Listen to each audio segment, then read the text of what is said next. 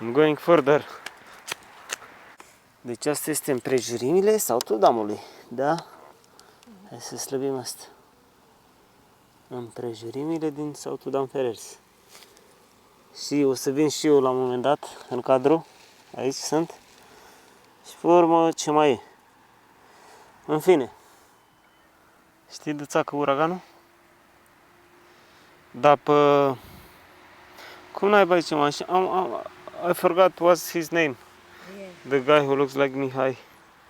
The music. The music. Ah! Which song? That one. Like in the jungle. Arde-mă baby. Arde-mă baby. How do you pronounce? Burn me baby. Burn me, baby. Burn me baby. But arde-mă baby. Ți-a apărut ceva? Nu. Deci astăzi e luni. Este foarte soare. Nu știu, câte grade sunt azi?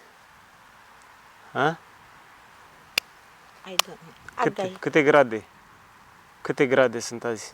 Căldură. Nu înțeles. Cât de cald este astăzi, azi? Nu, îmi place. E cald, dar cât de frige tare? Frige? Nu. Nu? Da, E frumoasă.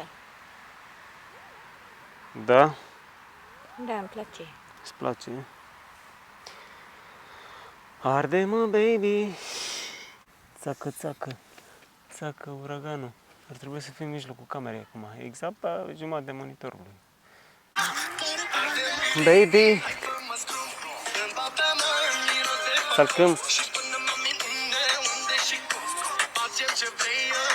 Ia uzi! Arde-mă, baby!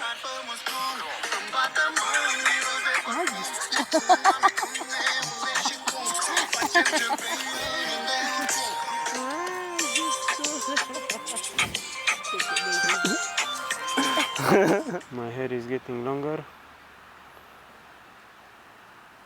It's just the right haircut.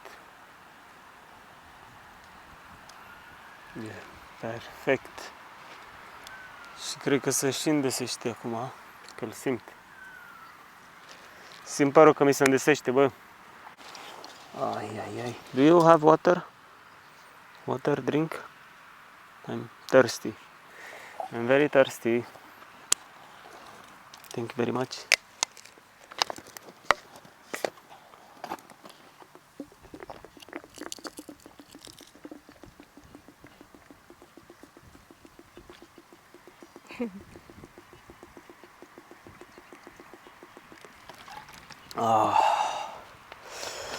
Apa asta este minune.